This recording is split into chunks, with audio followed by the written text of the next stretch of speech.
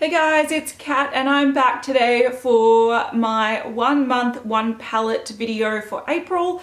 So if you're not familiar with this series, pretty much what I do is I go through my collection, I pick a palette that I already have, I show it some love by using it predominantly that month, so about 4 to 5 times a week, if possible, and then also I endeavour to use every single shade, and then I let you know how I went at the end of the month and also recreate a look that I particularly liked while using the palette. So that's what this video is all about. Now in April I used the Modern Renaissance palette, which is by Anastasia Beverly. It came out 2 years ago. I bought it when it first came out. It looks a little something like this, and I must say after using this for a full month I was really surprised at how much damage this took. So you can really see some massive dents in the colors that I used regularly, mainly like these two shades, even this shade here, just sort of shades that I used to like put in the crease or just a common shade. I think because this formula is so soft, those took a huge beating. So yeah, if you do use this palette probably a few months in a row, your favorite shades you'll hit pan on them because there's actually not much product in them and they're very, very soft. So that was just interesting to see how much use I had just using it for 1 month. Okay, what I'm going to start by doing is telling you what I think of the palette overall, what my sort of thoughts, how they vary from when I first got this palette, sort of things I didn't like about the palette, and then maybe break down each shade and show you some looks that I created and how I like to use that particular shade. Okay, so I liked this palette when I first got it. I was really impressed with the formula. It blends really nicely. It still does. The pigmentation's really nice. I do think the pigmentation varies a lot if you put it over a sticky primer or a set primer or just a naked eye. So for example, today I put primer on. I set it with a matte sort of cream color, and then even though the shadows do blend very nicely over the top, it doesn't really grip to the primer. You know, it is what it is. I'm explaining something that's very common, but you find that the intensity of the colors change. So for example, if I used sort of this red color just on a dry sort of matte eye that's been set or that has no product on it at all, it will look probably a lot brighter than if you put it over a sticky base or an unset primer. It ends up looking very, very dark and intense. So I've just noticed that because these do have a lot of pigmentation, that will vary depending on the base you put on, but they are very nice to use and blend really easily. I also had no problem using this palette all month. I wasn't super inspired by the shades anymore because I think 2 years ago when this palette came out, the pinks and the oranges and the reds were very, very unusual and they were some of the first in my collection, whereas these days there are whole palettes dedicated to pinks and oranges and reds. So I found this to be a little bit muted and a little bit boring. I'm also finding myself, it's getting cooler in Australia, so we're in autumn, we're going into winter, and I'm finding that I was less and less inspired by the warm shades as well. I always wanted to reach for the cooler shades. So most shades that you'll see in this, or most looks in this sort of video, will see a cooler twist to it where I'm either trying to cool down a warm shade rather than just going ham, bright, orange, because I was sort of inspired more with the cooler shades, which is a big contrast to when this first came out. I was more inspired by the warmer shades. But yeah, really nice formula. Pleasant to work with. I found some shades that I previously didn't really care about and now really enjoy, and vice versa. There were some shades that I previously quite liked and now I'm just like, it's boring. Okay, so let's go through some of the shades here and what I think about them. So the first shade, Tempera, which is it's like a satin cream color. So it's not quite a matte, it's not quite a satin. I do have it on my lid today and my brow bone as a highlighter. I find that this kind of shade sort of frustrates me because if it was really intense and metallic, you could sort of use it as a highlighting shade or a shimmery shade. But I like these sort of shades to be true mattes because I like them to set my primer without having too much light reflection. So even though I use this shade quite a lot, yeah, it was nice. I didn't love it. It wasn't for me, but very usable. And the look that I sort of created using this all over the lid is the one that I'm currently wearing. So I paired this shade with this purple and the pink, and that's what I recreate at the end. It's a very soft sort of matte looking cream to purple to pink. And it's an example of how I like to try to cool this down a lot because that's what I'm sort of into at the moment. So I do recreate this at the end if you want to see it. But the reason why I chose this look to recreate was mainly because a few people recommended it after seeing the photo. So I did wear this in a beauty news episode with a bright kind of teal lip, and I had a lot of comments saying, can you recreate this because it's a nice look, and people were surprised that it was a modern renaissance. So that's sort of why I'm recreating this. But the funny thing is, when I was thinking about a look that stood out to me to recreate for this video, none really stood out. There was nothing that I really loved from this palette. Once again, it performed very well, but the looks I created were just all right. So I think I'm sort of over this color scheme, if that makes sense. Golden Ochre is this sort of, I wouldn't call it a caramel. These are more warm caramels. I'm gonna say with these, I did use them all over the lid as just a matte look. They're fine, they're quite warm, and they look too similar. I know this tends to be a common occurrence for me when it comes to some of these sort of palettes that I've been using. It happened to the Zoeva palette last month, where there's two shades that sort of perform the same. They're functional, they work well, but they are too similar for them to both be needed in a palette. Now, these shades were very good when it came to blending out some of these warmer shades. They worked perfectly together. They were meant to be. You just don't need two of them. So I didn't love Raw Sienna and Burnt Orange. I had used them, and I did use them a lot as transition colors, but I didn't need two of them. Didn't need two. However, Golden Ochre is quite different. It's more of a yellow, and it's almost got, I want to say, a greeny tone to it. Sort of like how fake tan is brown, but it has can have a green tone. That's what this one had, and I really liked using this one. It was probably my most used shade. Very, very soft, very, very beautiful to use. And you can see that it is very different to these. I'd use this just to carve out a crease if I'm just wearing not much makeup. Or this was actually really, really good to tone down some of the red shades. So like I said, I have been steering away from very, very red looks or very, very warm looks, and I found that if I'd go in it with a shade, so like Venetian red, for example, let's choose that. So if I have a shade that's very, very bold and very, very red, and I found this often was the case when I'd try to use some of these sort of warm shades just in the crease, and I'd be like, oh my God, it's taken over the whole look. I would just take some of this shade, and it sort of neutralizes it because it's got a bit of greeny sort of color to it. It neutralizes it. So I found that that was a really, really handy one to have if I overdid it with the warm shades and wanted to tone it back down to more of a crease color, like more of a brownie color. That shade, that Golden Ochre shade, was great. So that was one of the shades that I think I ignored when I first sort of started using this palette. I was more into the, oh, look at the bright colors and look at the warm colors, and these burnt oranges are fun.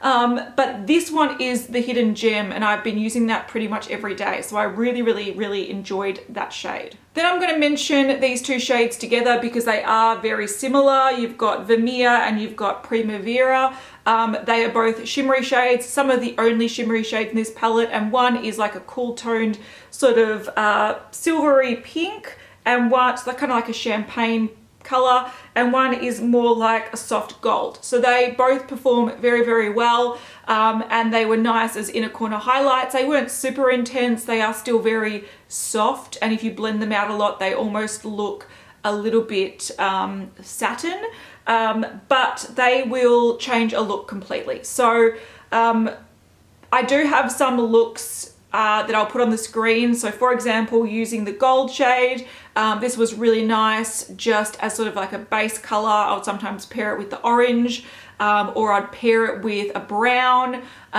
depending on how warm I wanted the look. But it was a very nice performing shade, and it would really help warm up the matte colors. So even if you go for a neutral matte color and you added some of the gold, it would still create a kind of warm nude look. And then more interestingly, because I have been trying to cool down some of the looks, this more champagne-y shimmery shade was actually really good at creating cool looks. So I did sort of use these on the inner corner for various highlighted looks. But for the Vermeer shade, the champagne shade, I also created a very, very cool toned look that a lot of people didn't realize that it was from Modern Renaissance, because people didn't think the Modern Renaissance could create such a cool look. But what I did there was I took Vermeer all over the lid, then I just used this taupe shade just to sort of in the outer corner crease, and then I just deepened it up a little bit more with this dark brown, which is Cypress Umber. So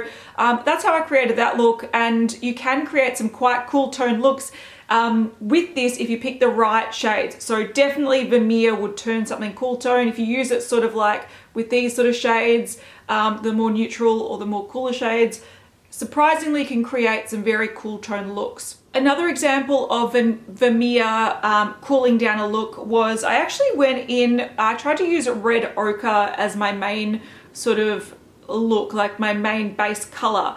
And this is a very dark shade. It looks quite nice and red. It's really nice to like deepen a look, but on its own, it's very intense. It's almost blood red. I've got a base here, so you can see how it sticks to a base. It almost turns to a dark brown rather than a red, like it's a burgundy color. It's not super bright, it goes really, really dark. So when I put this all over the lid one day, I was like, oh no, what have I just done? And I brought the look back by using Vermeer. So hopefully I can recreate this on my hand, but I will also insert a photo shortly. But I've got Vermeer, and what I did was I just put it over the top, and it really took it down, but also added a dimension to it. So that look sort of became almost not a blue-brown pigment type look, but almost like a duochrome. So it didn't look as patchy and crap as this does, because it's kind of hard to show you just on the hand. But it ended up taking it down to a much more wearable sort of finish. So I'll insert that look here so you can see what it looked overall, and it was quite a nice flattering look. Like no one would have picked the shades that I used, but it was just a combination, and it was just a way to sort of neutralize that red and make it look a little bit brighter. So I ended up really liking that effect that it gave, and would definitely recreate it in the future.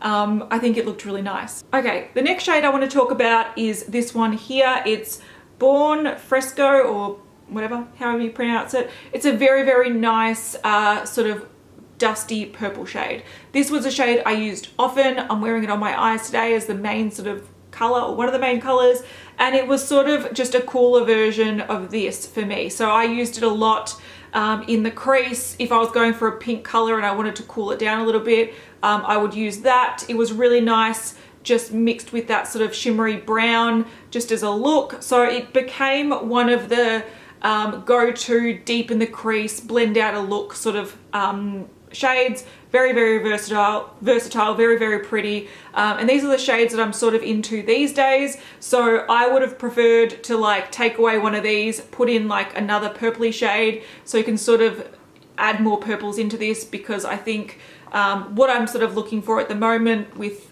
the cooler weather is sort of, yeah, nice cooler shades. That was a beautiful, beautiful example of a cool shade that I really enjoy using. Very versatile, loved it. Then I'll go over to Antique Bronze, which is sort of a dark shimmery brown. It is one of the few shimmer shades in this palette. And to be honest, I didn't actually use it too much. It does look a lot darker and scarier in the pan, but it's actually quite nice to use just all over the lid. If you blend it out, it's not too pigmented. It's not super sparkly or shimmery, but it does have a nice light reflection. So it sort of looks a lot lighter than it is. I did use this a few times. I could only find one photo where I used this with Steel and Magnificent Metal over the top to add some glitter. But if I can find some other times that I used it, I definitely did use this quite a lot as just a standard. I want something a little bit darker than some of these light shimmer shades. And that's another problem that I had with this palette when I first sort of started using it, and I still have that problem, is that I actually really do like shimmer shades all over the lid. For a really lazy, simple look, I like a shimmer shade all over the lid, and then I deepen it with a matte color. I only need to use 2 or 3 colors to create sort of cohesive look. And for me, this didn't have enough shimmers. I like mid-tone shimmers, so that problem still stands. And I did, towards the end, use this palette with a mid-toned bronze, just a single eyeshadow, and I really loved the look that it created. It was just really simple. I used it along with, I think, warm taupe, maybe a little bit of cypress umber to deepen it a little bit, and I think these mattes and this palette works really well with other shimmery eyeshadows. I just would have loved to have seen some more in this because I love shimmery eyeshadows. Okay, I'm going to talk about these 2 reds down here. We have Red Ochre and Venetian Red. I did talk about this being very, very dark, and almost appearing more brown or more burgundy when you apply it. I found that these 2 shades, no, I didn't mind this shade, even though it is quite dark.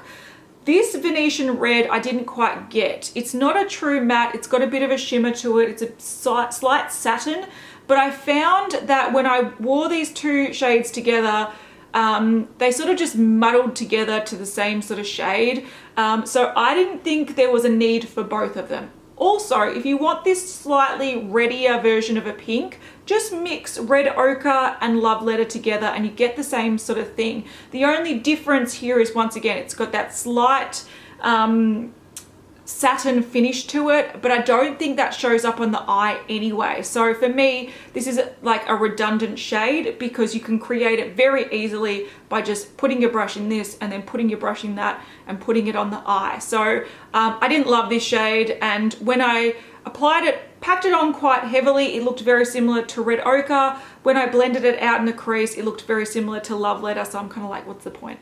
Okay, let's jump over to Love Letter. This is a nice shade. I actually quite enjoyed using it. It does very easily take over a look, however. So I do have it on my eyes today, just very, very lightly in the outer corner. And I think it can add a nice dimension to a look. It can kind of brighten a dull look. It can add, yeah, just a little bit of fun, but you have to be a little bit careful. If you apply a lot, it takes over the whole look. So I probably have a few photos on the screen of me wearing this. I did try to use it a few times and I do like it, but I think in moderation it's better, but it is a very nice performing shade. I'm going to swatch these 3 so you can see them side by side. They are just sort of gradients of each other. So let's go the pink, which is, it's a nice pink because it's also it's like a cool tone dark pink. So you can wear it with orange shades to sort of create more of a warm tropical sort of look, or you can wear it with purples and grays and smokier colors to cool it down. And I think that's a really nice versatile shade. This is that one that I said isn't needed, and then this is the one that does apply a little bit more brown. But if you mix them together, they sort of create that middle shade, and that's those 3. 2 shades that I thought were really, really basic, but also reliable and really handy at like anchoring looks, was Warm Taupe and also Cypress Umber. Now I did wear sometimes Warm Taupe all over the lid. I'll probably insert a photo that looks a little bit patchy because I didn't set my primer. I was just going to work, but that was a really nice neutral sort of deepening the crease color. Yeah, it was just a neutral, nice matte that goes with all shades. It's sort of an extension of Golden Ochre, where this sort of neutralizes a look. So does Warm Taupe, but it's a little bit darker. And then if you want to go even darker, you have Cypress Umber. This one, once again, if you apply it just on its own, which I have done, is a very dark look. So I did have to apply some of Primavera, so that light gold, to sort of brighten it up. But these are just sort of standard shades that really help bring any sort of look dimension. So you've got the taupe, you've got the dark brown. They're very, very pigmented, and then they're very, very nice to blend as well. So nice shades. Lastly is the orange shade right in the corner. This is Realgar, I think it's called. And this, once again, it's an orange, and it's a burnt orange, and In my Zoeva video last month, I created a really bright orange shade. Someone asked me in that to see if I can recreate sort of that look using this shade. Now, I have used this shade a couple of times. The first time I used it all by itself and it looked like a brown shade. It just looks, it can look very brown on the eyes. It is very orange, and on my very fair arm it looks very orange, but on the eyes it can look very, very sort of brown compared to the oranges that we're now seeing. But also if you do pair it with the gold, which is sort of like recreating the look that I did in like a more subtle way, the look that I did in my last video, you can see that it does give warmth to a look, and it is once again a nice formula, nice pigmented, nice to blend out, but it is definitely not a bright orange. It's just sort of like a burnt orange. So overall, I think I really enjoyed my experience using this palette. It was a solid palette, easy to use. Rarely did I stuff up a look, and if I did stuff up a look, it wasn't because of the performance of the eyeshadows. It was mainly because of the colors that I chose and how I put them on. But I think overall I created some nice looks, and I think the colors that I liked the most were the more subtle, cooler tone neutral shades. I noticed the sort of beauty in those and the looks you can create using those. Whereas when I first started using this palette, pretty much everything that I did had some form of red or pink or orange, because that's sort of what I was interested in at the time. I'm less interested in the reds and the oranges, and I'm more sort of wanting to incorporate some cooler looks. So I still really like this palette. I don't think any looks that I created standed out as being like, wow, I need to remember how to create that, because I think a lot of these were just solid shades, but together they sort of could muddy together a little bit and just look a little bit red or pink, or sort of combination of the two. So for me, I more appreciated the quality than the color combinations, if that makes sense. I will still love to reach for this to pair with a beautiful shimmery eyeshadow or a pigment or a duochrome kind of eyeshadow that's a little bit more fun, a little bit more interesting to me, but really ground it with some good quality mattes. Yeah, I liked this, but it was interesting to see how I was really, when I first reviewed this and I first tried this, I was really drawn to the bright colors and the warm colors, and now I'm really appreciating things like golden ochre, because it can tone down those sort of colors. So yeah, my kind of opinion on this has changed. The opinion of the quality has not changed. It is a great quality eyeshadow palette, but I just think my taste in the colors has changed a lot. Alright guys, before I get on to how I did this look today, I am going to announce what palette I'm going to be using in May. I'm finding that I sort of did write a list of palettes that I sort of want to use this year, but depending on how I feel at a time, I'm sort of giving you guys the vote, and unfortunately I'm not giving you much notice, so apologies for that. But I was like, I really want some cool eyeshadow palettes, and I don't have too many. So the two that I came up with was Naked Smoky and the Lorac Pro 2 palette. So Naked Smoky, we know about it. It's been discontinued since, but it's very, very, very cool toned, very dark and smoky. Some light shades, but pretty smoky. And then also I was like, wait, the Lorac 2 is also quite cool toned, half matte, half shimmer. You got some dark shades, some light shades, and same goes for shimmer.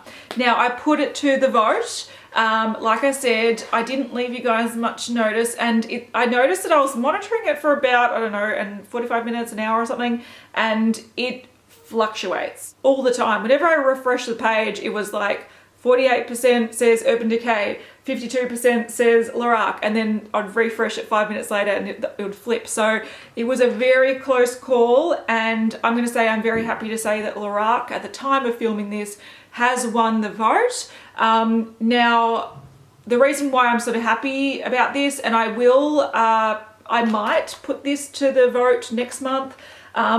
The reason why I'm very happy with this is because it's got a nice mix of some sort of neutrals, pops of color, and yeah, it's quite, you can do some softer looks and as well as some more bold looks, whereas I'm into cool eyeshadows, but I'm not yet sort of dedicated to the smoky eye. So maybe in June I'll be dedicated to the smoky eye, and maybe I'll put that up for the vote then.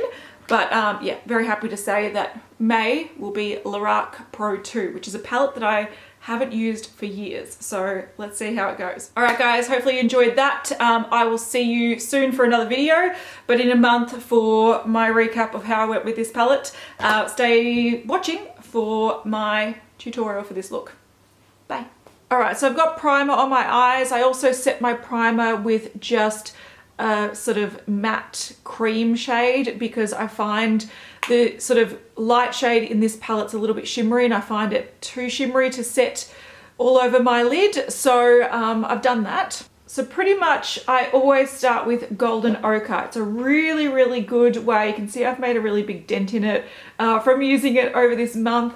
It's a really, really good way to sort of just deepen the crease a little bit. So I start out with that on a fluffy brush.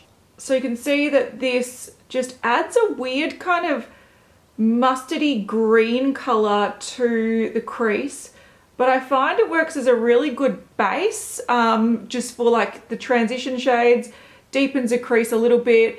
I don't know if you can see it as well on camera, but in person you can definitely see it. So I've just taken the brightness down a little bit so you can see it a little bit better. You don't really need to do this for this look because I'm using sort of like the purpley shade, but I just thought I'd show you because that's sort of what I like to do. So then we are going in with that cream shade. Like I said, it's not completely matte. It's not very shimmery like these guys. It's sort of like a satin, but I'm going with that all over the lid.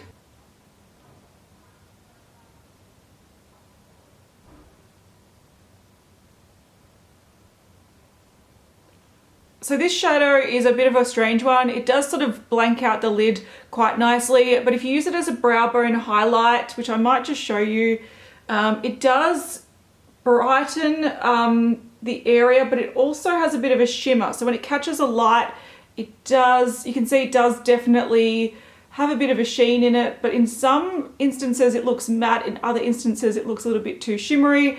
So it's a bit of a strange one. So there's not much to this look actually, but I'm going to go in with this shade here, which is that sort of dusty purpley color. And I sort of tried to make this color the main feature. So I took it into the crease, which you can see is quite pigmented and very blendable. And I also sort of took that just on the outer third or outer half. This look was done ages ago, so I'm just trying to remember, but I was wearing a bright teal lip with this, so I sort of wanted it to be a bit of cool toned color but not too much color, so hopefully you can see it a bit better in this lighting. I know the lighting's pretty shit today.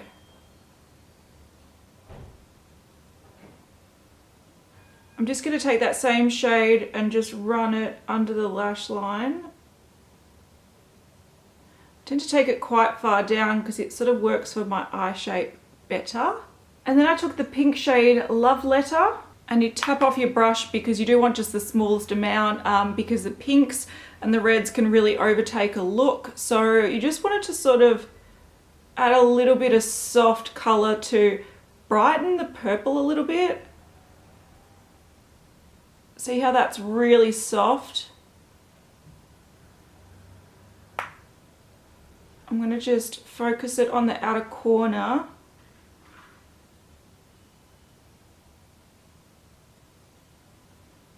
And just a tiny bit underneath as well. If you put too much, it overtakes the look. And I've just wiped that brush off a little bit, just, it's still got a bit of pink on it. I'm picking up some more purple and sort of just adding a little bit of purple to fade that even more. Because like I said, I sort of wanted this to be a cool tone look with a little bit of color. So you want the pink just to emphasize the purple a bit and not lose the purple completely. So that was just sort of like roughly the look. It was mainly just sort of like a matte cream, sort of slightly shimmery shade, the purple in the crease and on the outer corner and right underneath, and then just a pop of that pink, the smallest amount, because this pink can get very, very pigmented, just to sort of brighten it up a little bit. So that's what I did.